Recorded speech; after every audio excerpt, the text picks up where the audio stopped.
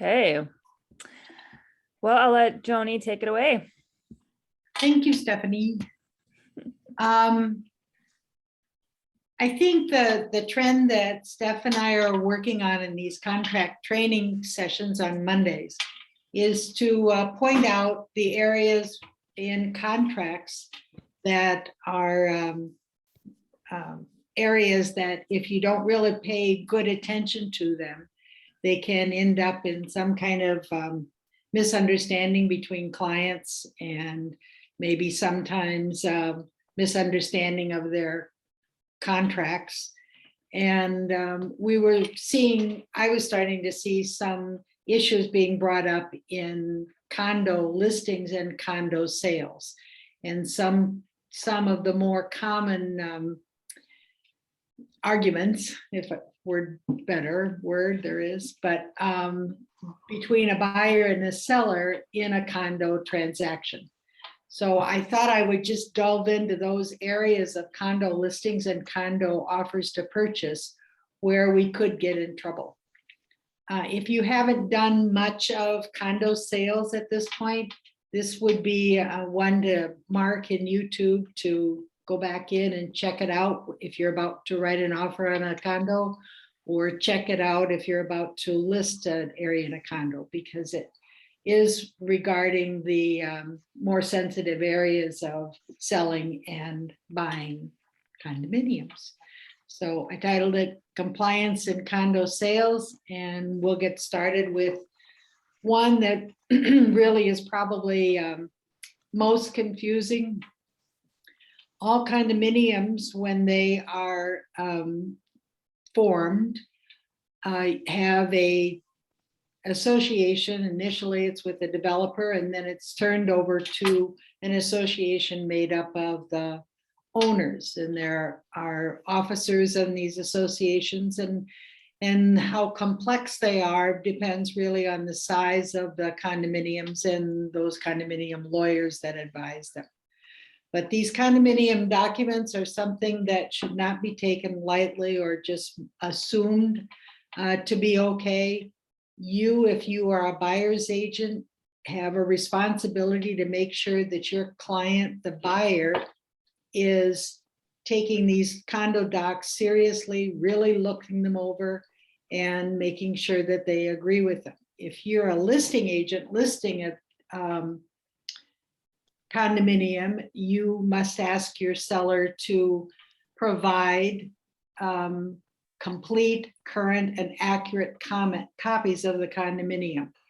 I would wait until you have an offer, because sometimes changes can be made to some of the disclosure materials between the time you list it and the time it's going to closing.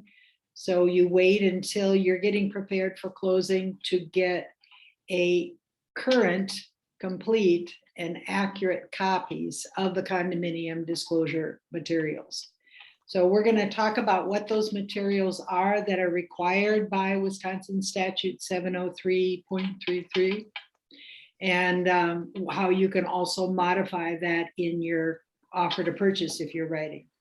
You can ask for additional information like recent association minutes. Those aren't part of the required list, but I know a lot of agents who are writing offers to purchase on condominiums will ask for minutes, because in minutes you can find out what's currently going on with the association and the homeowners that may be important to your buyer.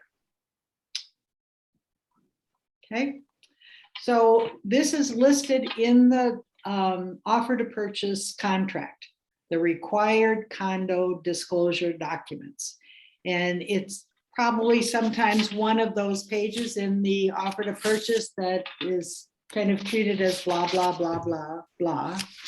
But it shouldn't be. It should be something that you and your client, the buyer, pay close attention to and know what these required documents mean, and that those are what you should be getting from your the seller.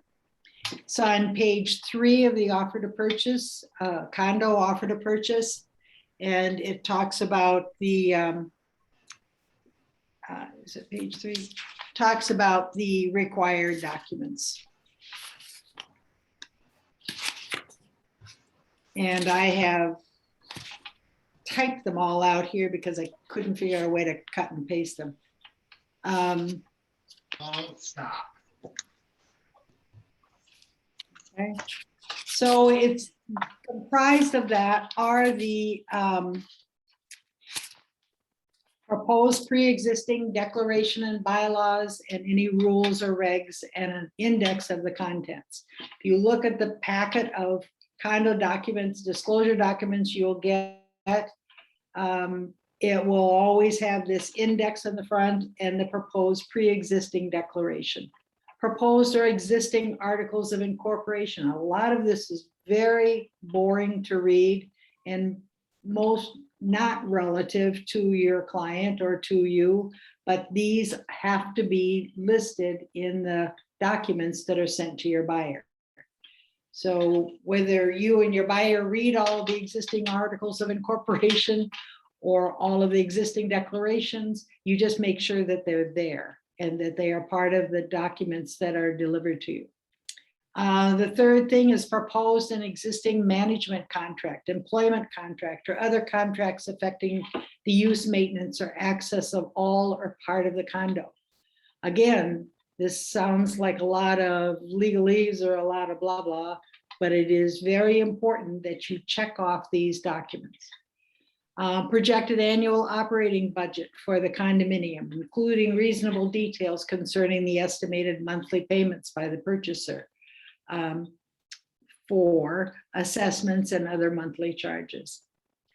Next one is leases to which unit owners of the association will be party to.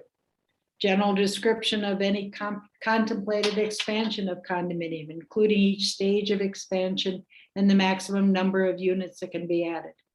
Also, you'll find in the disclosure documents the executive summary. And that's probably the most important thing that you and your buyer client will relate to, because what the executive summary is a summary of all those pre-listed items. It'll summarize the important parts out of a condo disclosure document so that your buyer can read the important parts of the documents and not have to go through understanding all of the management contracts and operating budgets and things like that. So if you go to the next one, it talks about receiving these documents. Now, this is very important and only isolated to condominiums, I believe. I don't think there's any other kind of purchases you can make that has this open door back out for your buyer. And that back out is saying buyer may at any time within 5 business days following receipt of all, and I capitalize that because it is extremely important, all of the condominium disclosure materials required by the state, which is that list that was in the previous slide. The buyer may at any time within 5 business days rescind an offer by delivering a written notice, using the notice to the offer to purchase, without stating any reason and without any liability on his or her part. You don't even need a camera to do that. You just need a written notice within 5 business days of receiving all these disclosure materials to say, I'm not sure I want to live there. I don't like the way this is set up. I didn't know that we couldn't have dogs. I don't like the way the unit plans are made out. But in lines 131 of the offer to purchase, it explains this in detail. And it's something that I really beg you as a real estate agent to understand these lines 31 in the condo offer to purchase, because you're going to be the one that has to explain it to your buyer. I get a lot of phone calls, not a lot, but I get several phone calls asking the question, what does this mean?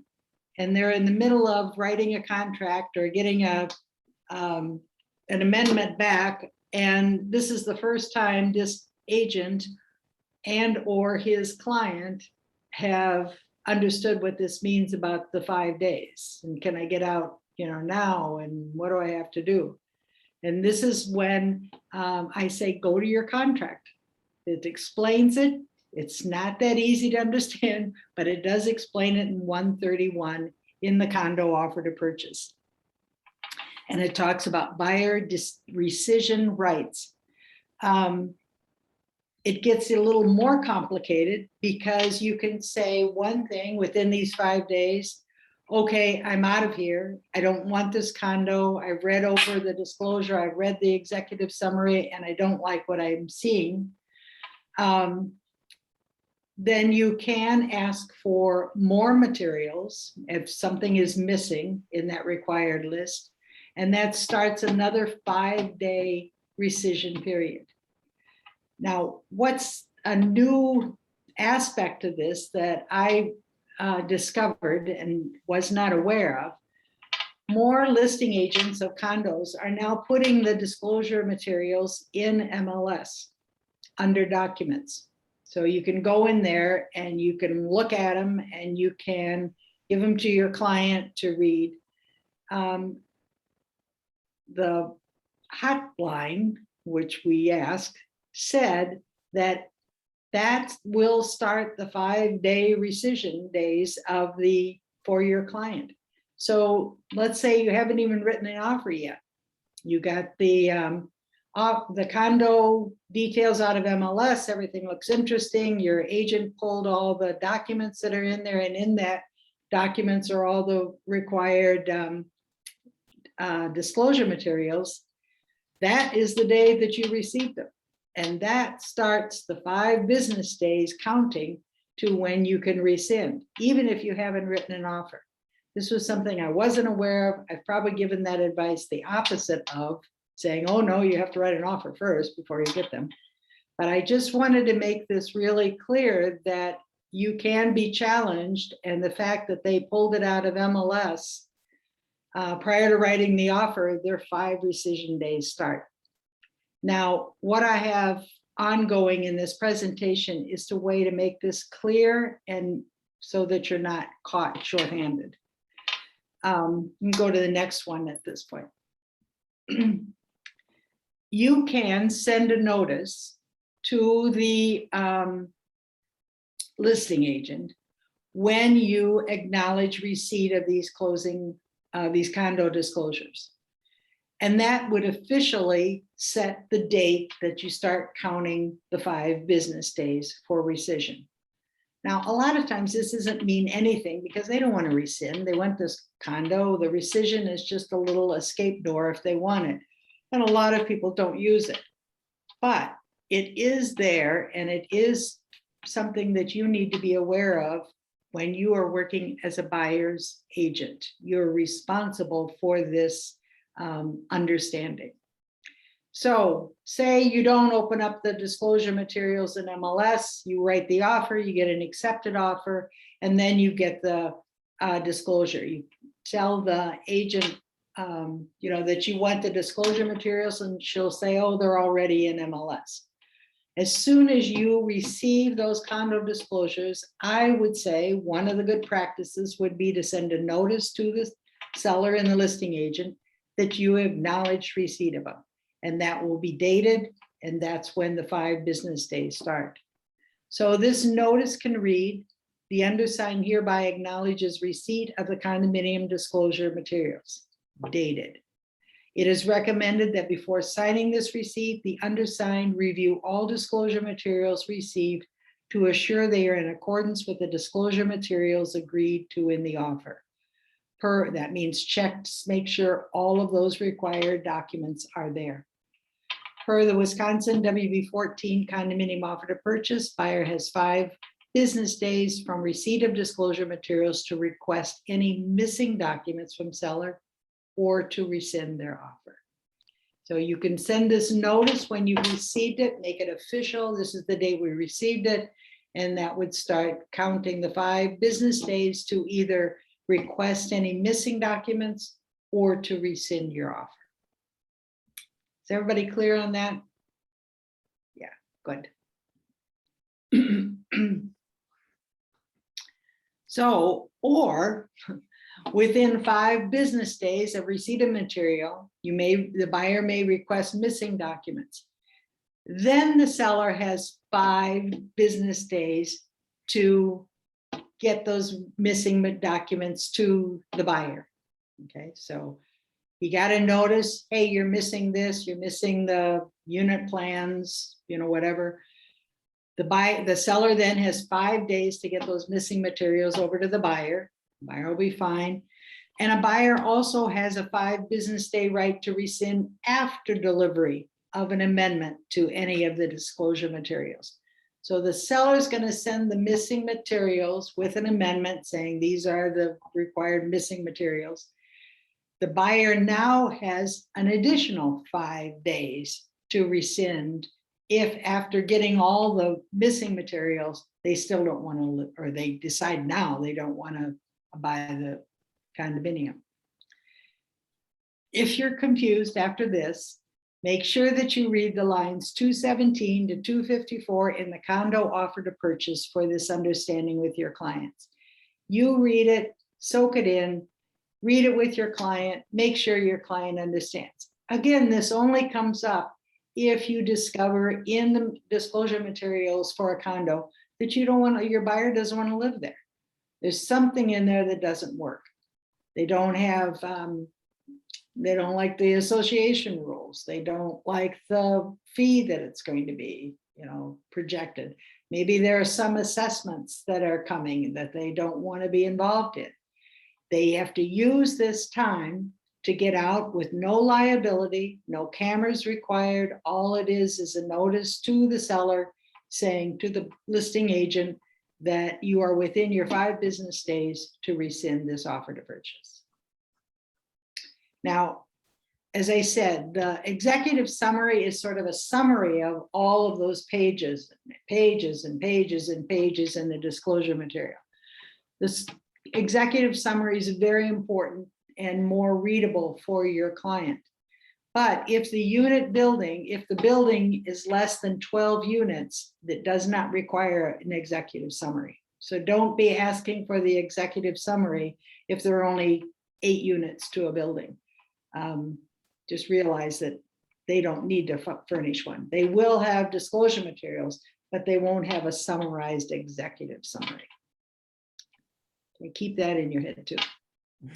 Now, another thing that is can be particular in a condominium offer to purchase is the condominium addendum to the real estate condition report.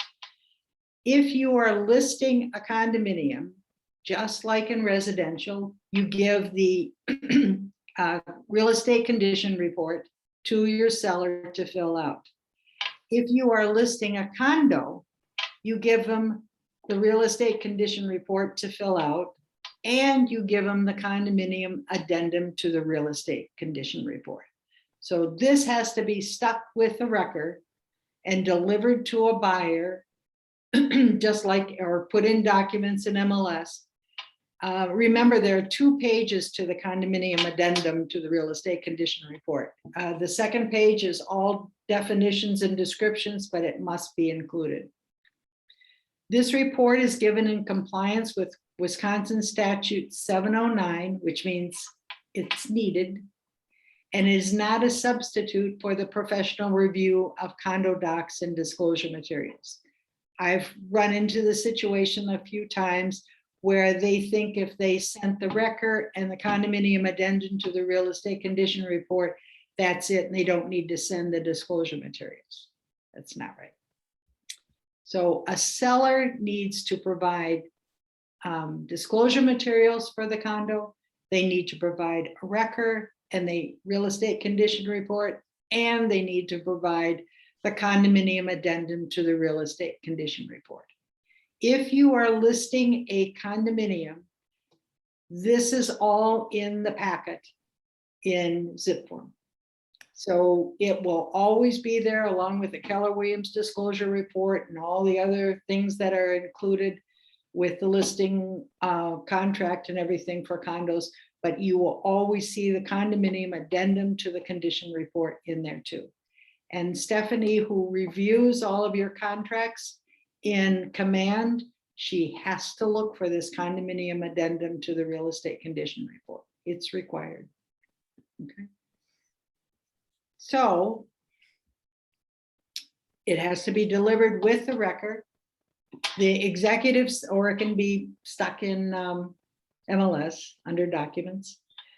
The executive summary is to be attached unless it is a small condominium, 12 or less units. Always keep that in your head. Okay, so those were the two things that I wanted to zero in on: the documents, the disclosure materials, and the condominium addendum to the real estate condition report. Now I'm just going to list the pitfalls in a contract with a condominium that have sometimes, and even in the last year and a half, resulted in a lawsuit. So that's why I put the little picture up at the top left-hand corner under this page calling liability. These items in a offer to purchase, if you're the lister or if you're the buyer, have to be verified, have to be made particular. You have to be very exact with these details, because they can, something that seems very small, like what is the number of my parking space, can turn into a lawsuit, and it has. So these are the things that I'd say to watch out for. One of them being the association fee. You may be looking at an old data sheet from MLS on that unit that was listed in 2018 or 2017 or something, and you just copy down the association fee that you saw in the previous data sheet. First of all, don't ever copy anything off an old data sheet. But a lot of times people that think that's where they can get the association, current association fee. No, you got to get it from the association. Also be very particular, be very accurate about the parking space locations. If there are more than one, what are their parking numbers? What is the parking fee? Again, it has been the cause of a major dispute between a buyer and a seller. And parking can be one of three things. This is explained in the offer to purchase as well. It can be a limited common element for the unit, means they're there and it's open to a lot of people, whether it has a fee or not. Or it can be included as part of the unit. The unit is defined as having this parking with it. So when you just define and describe the unit, you're describing the parking as well. Or it can be a separately deeded transaction with their own tax bill and record. So you've got to know that, you've got to find that out. Don't take the word of the seller sometimes, because the seller might not know or remember, but you need to go to the association, make sure that you have the accurate details for the features of this condominium. Okay. So whether you're the representing the buyer or representing the seller, these must be verified. Know where the storage units are. Know if there's more than one. It's a good idea to know how big they are. Another thing that you want to check into if you're the lister, to make sure that the seller doesn't have any unpaid assessments, because that will be listed with the closing and the payoff amount for the seller. The seller has to pay off all of their outstanding costs they have up until the point of closing. If your buyer is getting, or can only get, an FHA loan, you better make sure that that condominium is approved for FHA financing. Some of them are not, some of them can be made to be, but a lot of it has to do with the percentage of owner occupied units. If it's over 50%, FHA will not finance that, any unit in that condominium. So these are details to look into. If you're going to list it, you should know that and probably put it in private remarks. If you're going to write an offer on it, if there's no notice of it or in private remarks or anywhere, make sure that you dig into it. find out the details. Is it eligible for FHA financing? There have been many offers that have totally collapsed because they could not get the FHA financing. Do you have any history with that, Steph, or any background? Yeah, I just recalling like my first year in real estate and having an FHA buyer who wanted a condo, and how much time I wasted showing them condos that were not FHA approved. And I finally consulted with my trusted lender and asked where I could get that information. Which there is a list. So you can get in touch with, I would get in touch with the buyer's lender and ask for that list of approved FHA condo associations. But yep, definitely happened to me. So you'll want to do your homework ahead of time so you're not wasting your time. It's sort of a rite of passage when you're selling. Right. And make sure if you're listing a condo, the seller needs to request a copy of all these required materials, these condo documents from the association. Sometimes the association is run by a management company like Hunt Management, and the seller has to get the current and accurate documents from the condo association.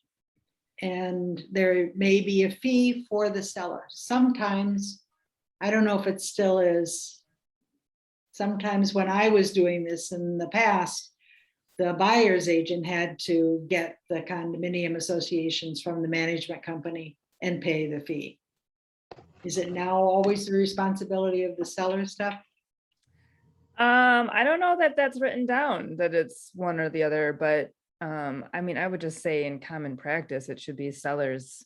Right. You know, if I were listing a condo, I would definitely be getting in touch with the association ourselves, and if there is a fee associated, making sure that the seller was aware and that they would be covering that. Right now, there's usually always a fee for them. Yeah. Sometimes the seller will try to pass off his copy of the condo disclosure materials that's been sitting on his file cabinet for the last 5 years. You can't accept that. It has to be a current and accurate package of the condo materials. Mm-hmm. I remember back in the 90s, we used to have file cabinets, I mean, hundreds of them, loaded with condo documents for all the condos in the city of Milwaukee and Waukesha and everything. And I mean, they were just there to be stored, and somebody was writing an offer on one, they'd go to that file cabinet and pull out a copy of one of the documents and send that. We finally saw the light and threw all that away. Yeah.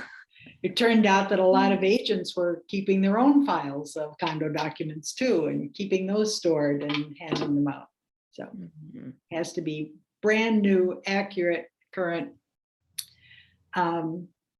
Yeah, a lot of times those documents are the same existing documents passed over, but you don't know what's been added to them over the years. So Exactly. Deanne, do you have a question? I do have a question. Have you seen in your time, if a condo complex is not eligible for FHA financing, have you seen that FHA, have they ever gone ahead and approved it, even if the whole condo unit wasn't eligible? yeah, well, the whole association has to be approved. But I have, like, in the example I was just sharing before, I can't remember, I think it was Manchester Village. They were not FHA approved. We went ahead and wrote this offer. And that was another thing that was just really just embarrassing, because a buyer was getting excited about a condo that he might not be able to get, right? So another reason to do your homework. But the lender said there could be a process to get it FHA approved. So I know that exists. But I think in that case, ultimately they couldn't get it FHA approved, and it was just more time wasted for the buyer. I think that's definitely a question for a lender again, just like, how long does this process take? A lot of it is just getting in touch with the condo association, the lender getting in touch with the condo association themselves and getting the information that they need to verify if it can get on the approval list or not. I'm currently working with a buyer who's in that situation, and it is a single family condo. Oh, And they seem pretty confident that they could get that approved, but I'm a little nervous about it. Like, you have a plan B? yeah. Well, I think in this case, I mean, if it's something that they're going to write on and taking this risk, it would just be another contingency item. You know, this is further contingent upon a successful approval, FHA approval of the association. Okay, Not so much the approval of their financing, but the fact that the condo can receive an FHA loan. Yeah, So correct. that's contingent. right. correct, okay. And I would think that might not be a problem, mainly because most of the times that they're not eligible is because they have too many rentals. And, Yeah. and they don't, the federal government doesn't want to loan to a building, to any more units in a building that seems to be, you know, the purchasing value is going down because more and more people are renting in there instead of buying in there. Got So it. a single family condo probably wouldn't have that, but you got to find out for sure.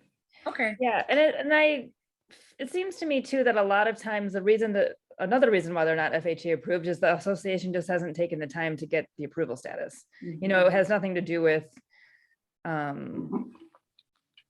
just elements about the association itself, Right. more just like red tape and not wanting to deal with the paperwork. Yeah, yeah, right, too much paperwork, right. Yeah. Right. There are a lot of associations that are kind of not up to speed. Yeah. And that's where a lender, I mean, I've had several situations with agents in my office who have chosen a lender that really went out and fought for them. I mean, the lender made all the contacts, you know, started kicking some butts in the association, and the association got their thing up to speed and was able to get it eligible. And they wouldn't have done it unless this really good lender hadn't helped. Yeah, went to bat for them. Yeah. So where are you at in that process right now? Are you, I mean, it's an accepted offer. We're waiting for this FHA approval, but is everybody, Yes. I mean, and the seller is aware that this could, Yes, okay. the seller is also an agent. That's his own house, so he is aware of that. Good. Okay. As long as everyone is made aware, you know, Now I'm just wondering about the timeline.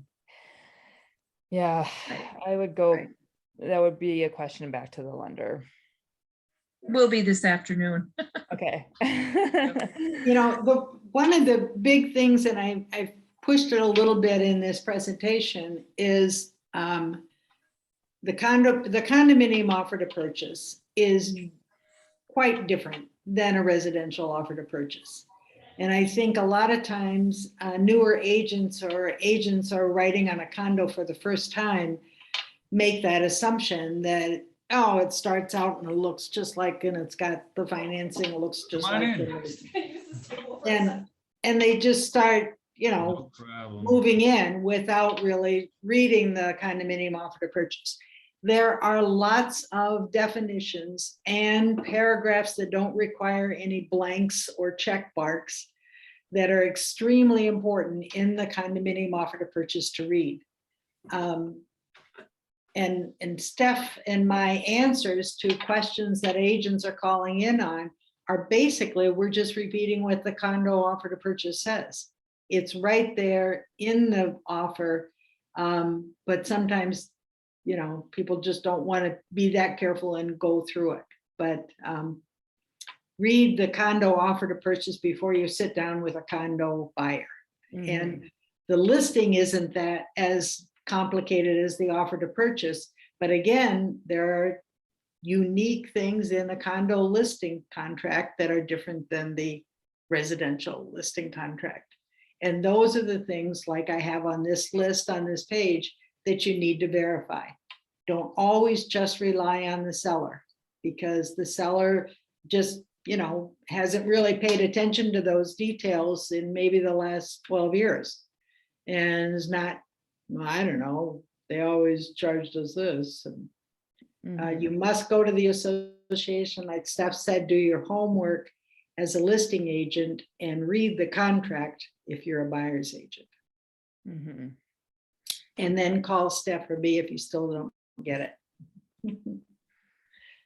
Okay, the next part, and this is the cause of a lot of questions and concerns, are special assessments.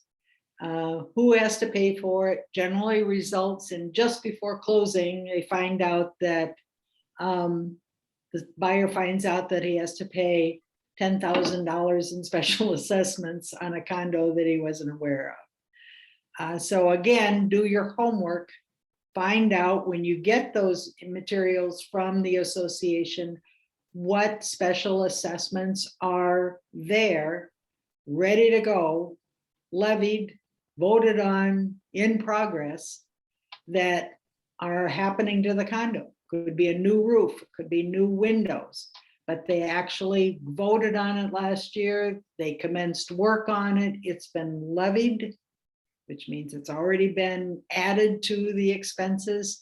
And hopefully the accounts in the condominium will cover those expenses, or that the owners have to chip in money to pay for those special assessments.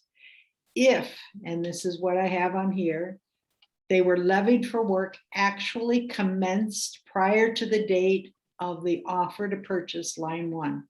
So it has to be happening, levied, started before the date of your offer to purchase, line 1.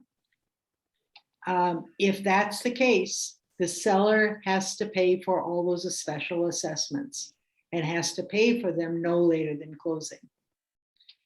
That's a fact.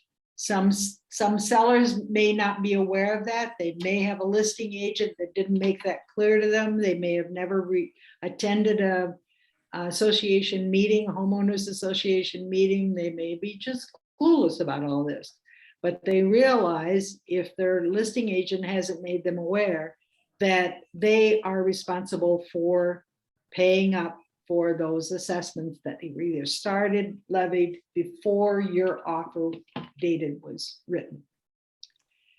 All other special assessments after that, that are maybe just talked about, bantered back and forth in the minutes, and this is a reason why you probably want to add minutes to your required documents.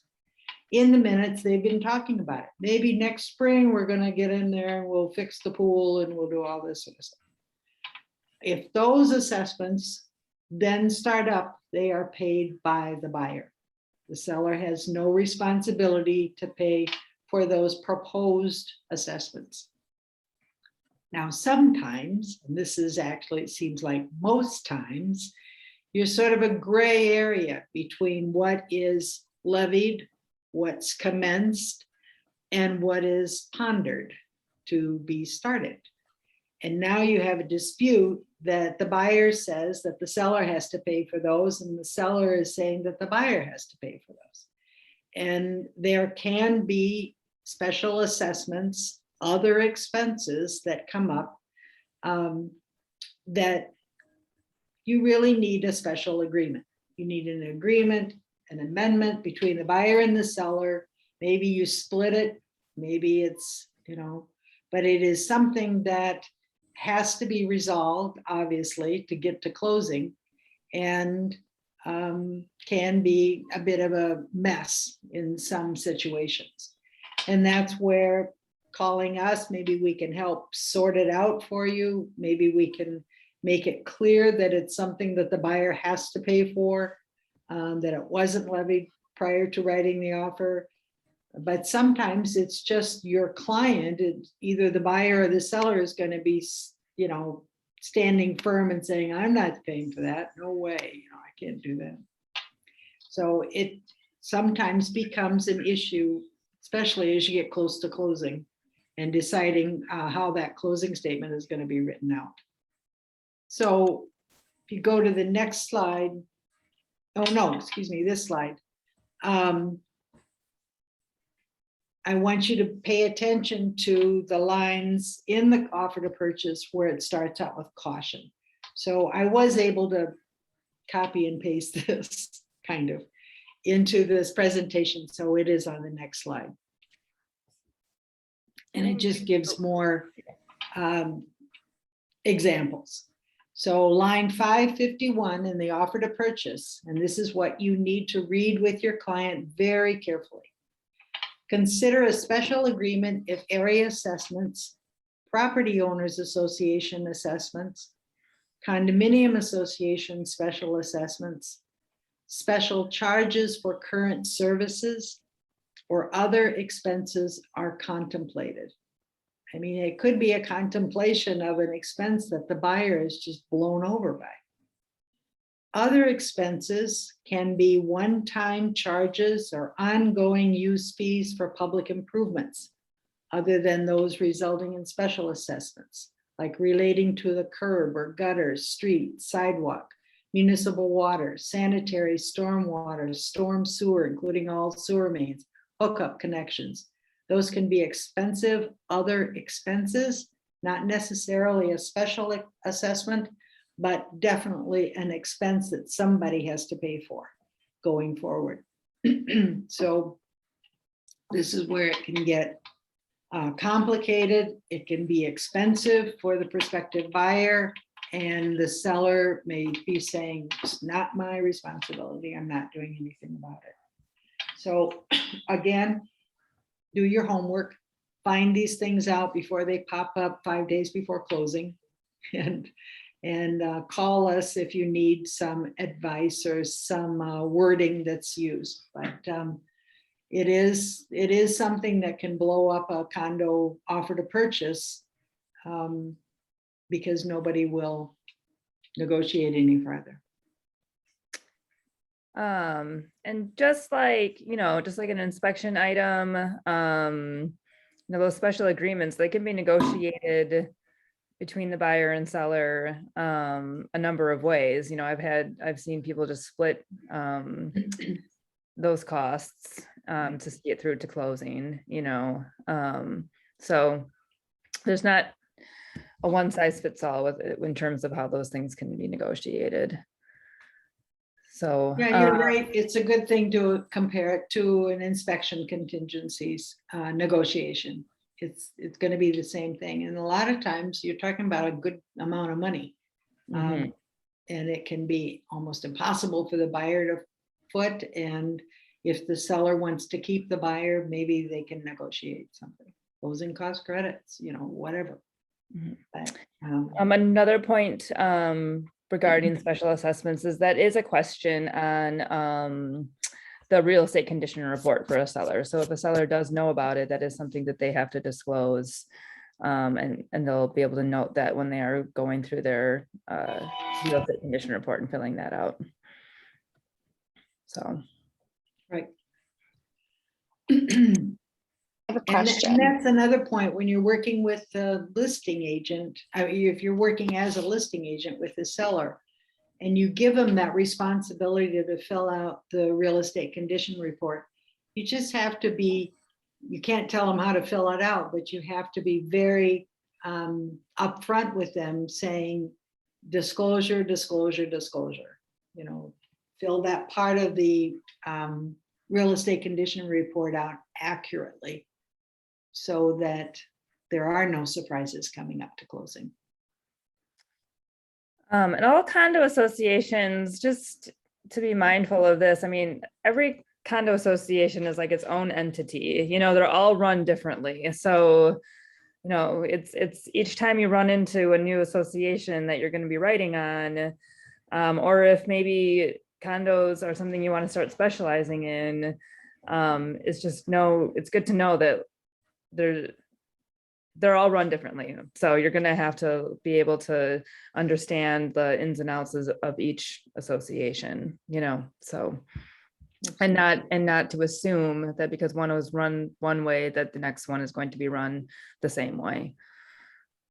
So, yeah, there's some very orderly, efficient, well-run associations, and then there are not. And then just while we're on the topic too, just tips for you when you're as a buyer's agent showing a new association to somebody. It's definitely good practice to get in touch with a listing agent and ask questions ahead of time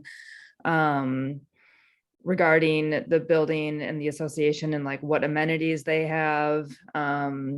That's always been, I remember, again, just kind of going back to when I first started out, just how embarrassing it is when like, oh, I don't know where this clubhouse is, and kind of like running all over the place looking for it.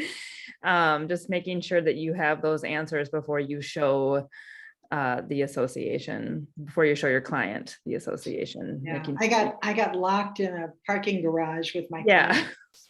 car. Just, there was no way to get back into the condo, and I had to wait till somebody came in parking and we ran out the garage door. Oh my God. Talk about embarrassing. Yeah, you just look really foolish. So, any other questions, you guys? I have a quick question. So for special assessments, so I'm actually showing a unit this afternoon to someone, and it has like special assessments with like the amount that they'd have to pay per month. So is that probably considered work that's already started?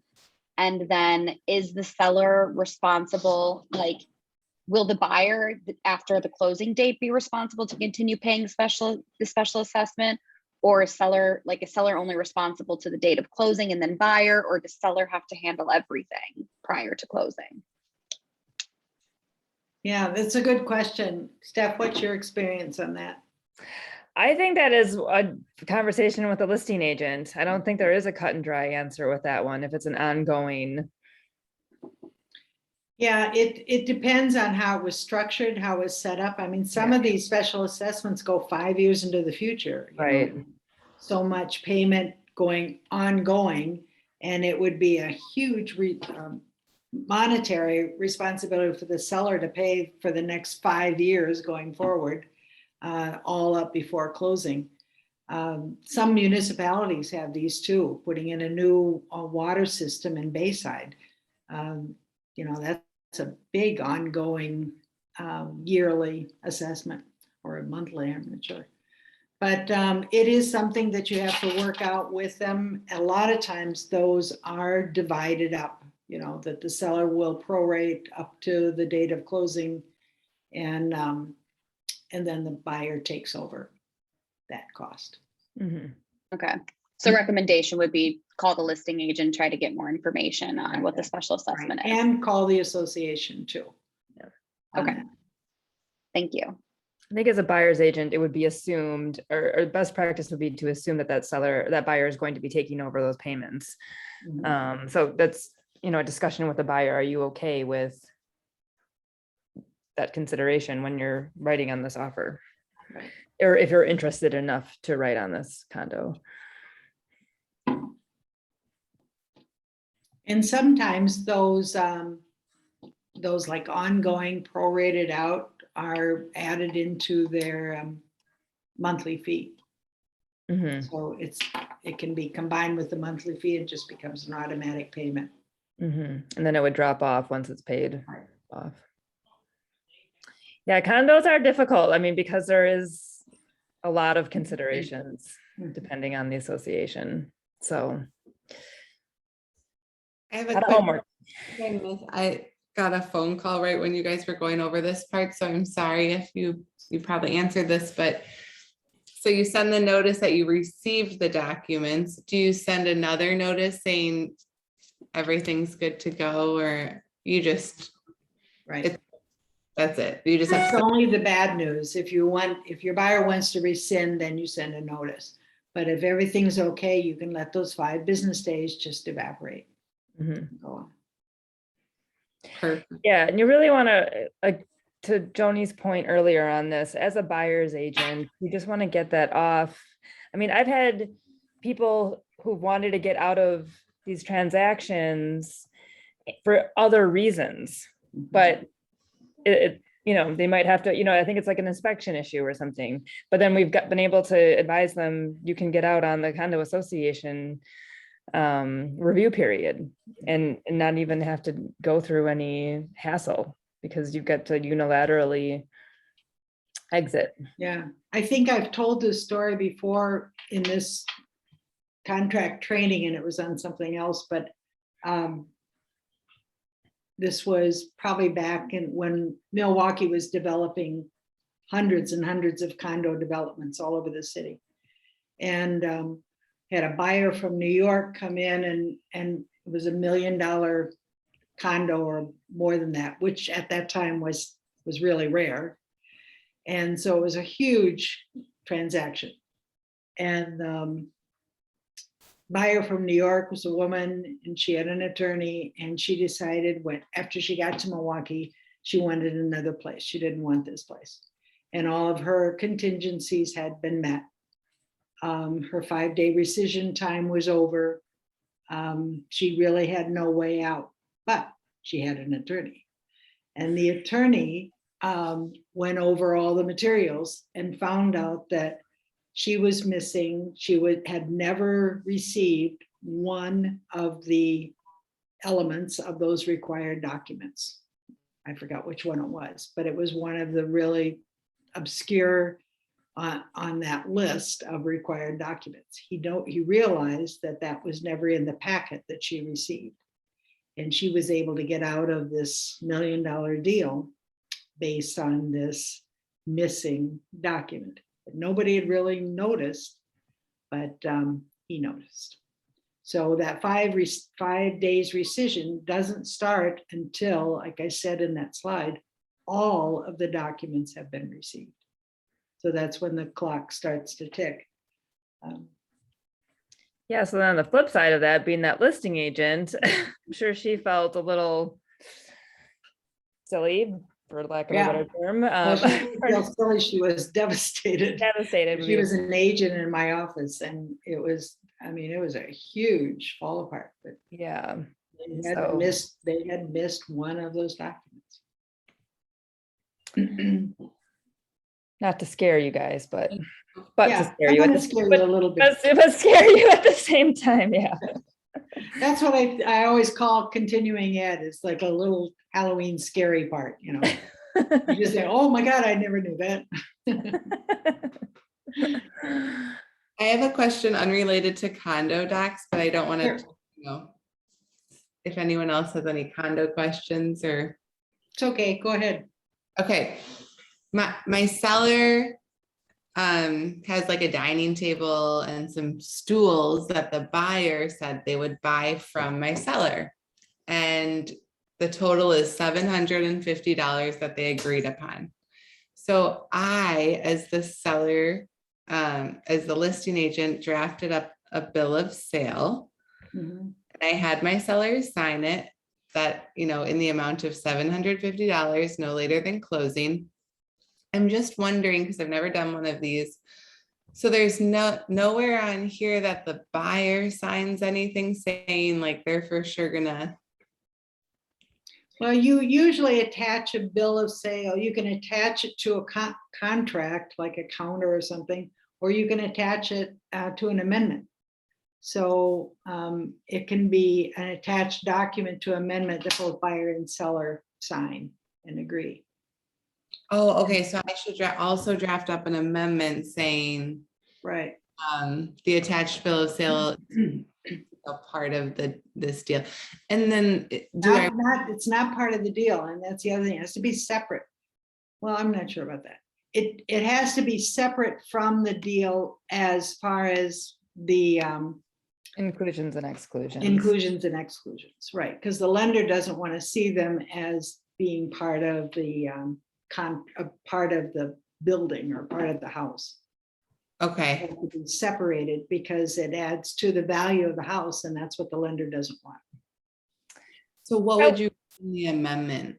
I would probably say bill of sale is attached to the offer to purchase. Buyer agrees to bring check to closing for the amount of $750 per the bill of sale. Okay, that's perfect. And make sure, I'm going to bring it up in the meeting tomorrow, but make sure that you have the new mandatory October 1st bill of sale. So. And if, I don't know if this is, That's I don't know if this is overkill, but sometimes I'll see, for larger amounts, I'll see people ask for certified checks or cashier's checks, I should say. Just because you don't want the buyer bringing a bad check to the seller. And then they're screwed.